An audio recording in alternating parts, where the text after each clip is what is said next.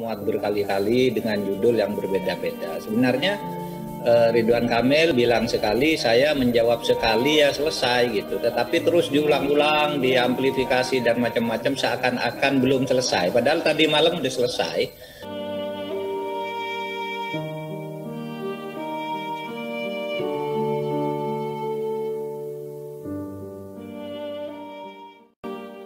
Semua kekisruhan yang berlarut-larut ini dimulai sejak adanya statement dari Pak yang mengatakan penjemputan HRS itu diizinkan. Disitulah menjadi tafsir dari ribuan orang yang datang ke bandara, ya, selama tertib dan damai boleh, maka terjadi kerumunan luar biasa. Nah, sehingga ada tafsir ini seolah-olah ada diskresi dari Pak Mahfud kepada PSBB di Jakarta, PSBB di Jawa Barat. Menanggapi pernyataan Ridwan Kamil, Mahfud MD menulis di media sosial, "Siap Kang RK, saya bertanggung jawab. Saya yang umumkan HRS diizinkan pulang ke Indonesia karena dia punya hak hukum untuk pulang. Saya juga yang mengumumkan HRS boleh dijemput asal tertib dan tak melanggar protokol kesehatan.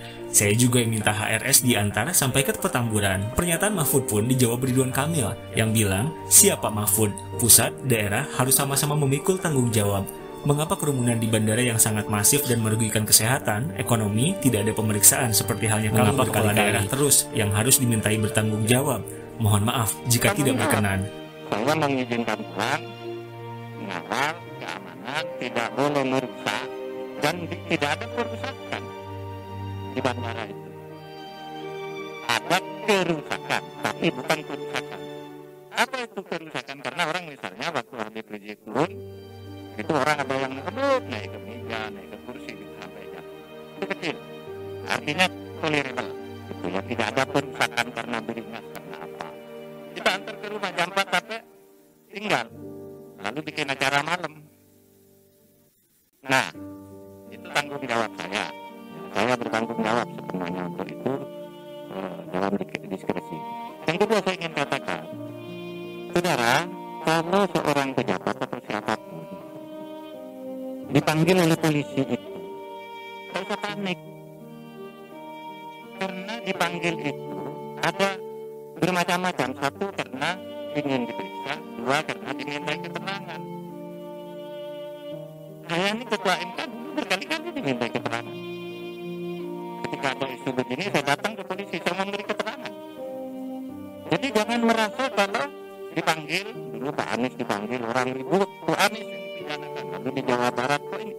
Enggak, ditanya apakah betul tanggal sekian ada rame-rame itu, apakah Anda sudah memberi izin? Kalau enggak memberi izin, bagaimana Anda? Cuma gitu aja. Sehingga nanti dikonstruksi menjadi dari apa yang dikaitkan oleh Pak Ridwan Kamil terhadap Pak Mahfud MD. Karena Pak Ridwan Kamil kan mengkaitkannya dengan pernyataan Pak Mahfud MD yang mengizinkan penjemputan.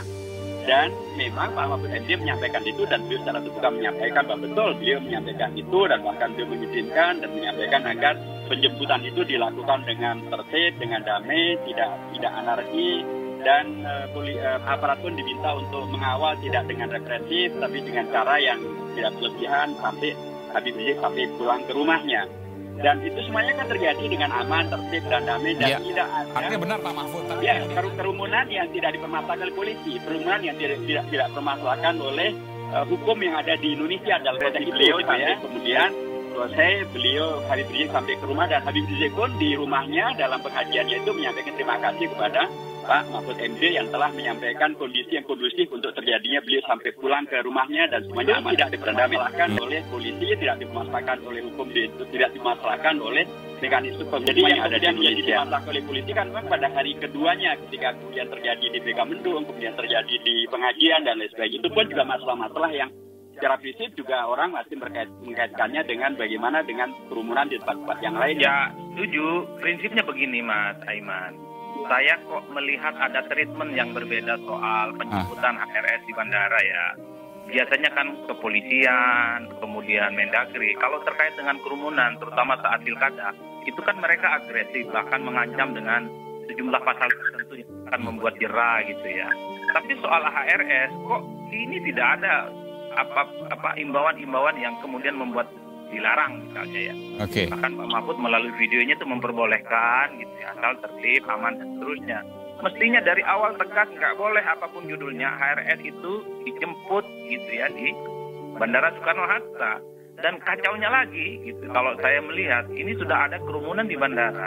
Ini menikahkan anaknya, kemudian soal Maulid Nabi, nggak ada imbauan-imbauan yang kemudian ultimatum. Menurut Gubernur Banten kan sudah mengatakan bahwa bandara itu adalah daerah khusus yang di situ ada otoritas bandara jadi. Tapi apakah kemudian pihak otoritas kesehatan menyatakan bahwa sudah terjadi kluster baru, yaitu penyebaran COVID-19 melalui kerumunan yang terjadi di bandara? Kan tidak ada sama sekali. Ya, dari sisi itu boleh saja hal yang ya, kalau saya sih sederhana, pemanggilan ini mungkin perkara biasa ya bagi banyak orang. Tapi sekali lagi kalau bagi pejabat publik seperti gubernur dan lain-lain itu menjadi penting sebenarnya.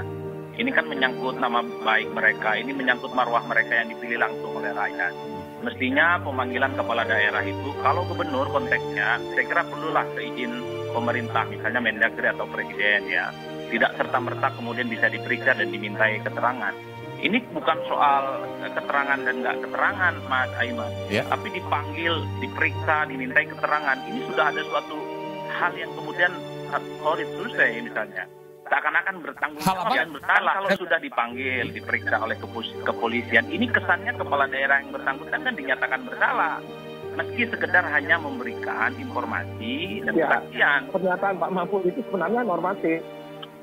Sekalipun boleh menjemput, ada persyaratan yang sangat normatif disebutkan, harus tertib, harus mengikuti peraturan COVID. Sebenarnya Pak Mahfud justru bicara benar.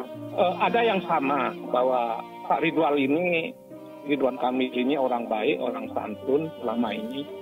Cuma saya agak kaget ketika Gubernur Ridwan Kamil di antara sesama birokrat ngomong sekeras itu. Kalau untuk ukuran Ridwan Kamil ini keras banget nih. Kalau diukur dari bahkan hampir belum pernah Pak Wayan ya komunikasi selama ini. Yang langsung dalam tanda kutip menusuk pemerintah pusat. Saya boleh katakan itu? Iya. Tidak bisa lain diartikan seperti itu. Walaupun kita menghalus-haluskan posisinya kali ini, rasanya orang akan menangkap ini kalau bukan serangan, ini kritikan pada pemerintah pusat. Karena muat berkali-kali dengan judul yang berbeda-beda. Sebenarnya Ridwan Kamil bilang sekali, saya menjawab sekali ya selesai gitu. Tetapi terus diulang-ulang, diamplifikasi dan macam-macam seakan-akan belum selesai. Padahal tadi malam sudah selesai. Kalau yang bagi pemerintah itu kan tugas negara. Tetapi oke lah kalau istilah itu ingin ini.